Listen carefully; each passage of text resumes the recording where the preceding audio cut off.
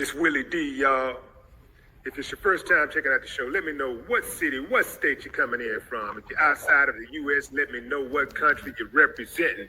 Getting some air, like wind or something on your end, Sharon. We're streaming right now with Sharron Winbush. She is a former employee who worked as a nutritionist for RKELLY for some, I believe, 8 years. Am I correct in saying that, Sharon? 8 years?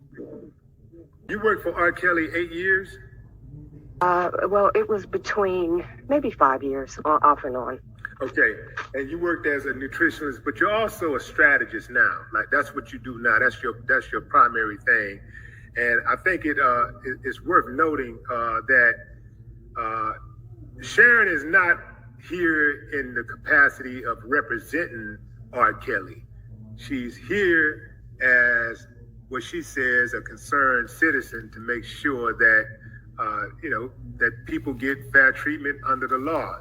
That's my interest in this case. I want to be clear for any of you who want to come on here talking slick. I want to make sure that you understand that for me, it's bigger than RKELLY. It's about every single person, including the people who hate RKELLY's guts, getting fair treatment under the law.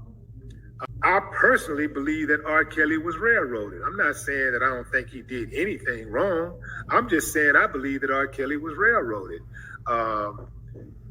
Sharon is here, who's someone who has been following this case for a significant amount of time, and she knows RKELLY on a personal level and a business level.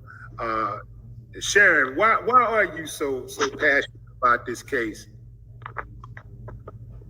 When I first started looking at this, I saw everybody breaking the law, and I saw that not being addressed. We started with the Mute RKELLY campaign being illegal.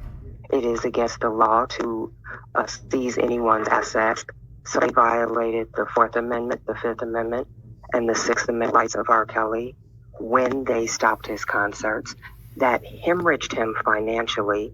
Then surviving RKELLY was fraudulent because most of the people in there either told blatant lies or lies of omission. And when I looked at this, I was a observer like everybody else, but I kept bumping into all of the laws that everyone else was breaking that people seemed to be ignoring, and that concerned me. Mm-hmm.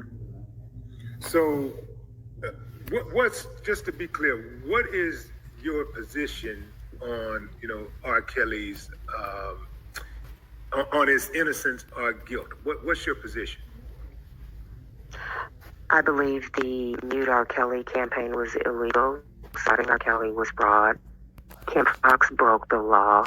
The media broke the law when they said believe all women and believe any story that came out. Therefore, the investigations were not legal.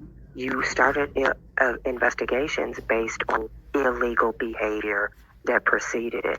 So you can't open an investigation if everything that preceded it was illegal.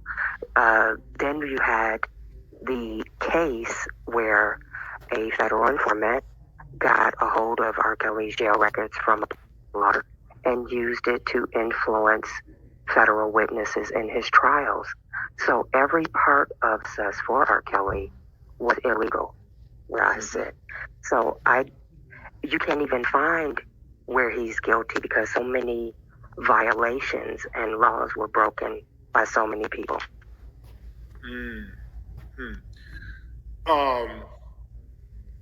To what extent was the law broken, in your opinion, when this guy who is an alleged informant,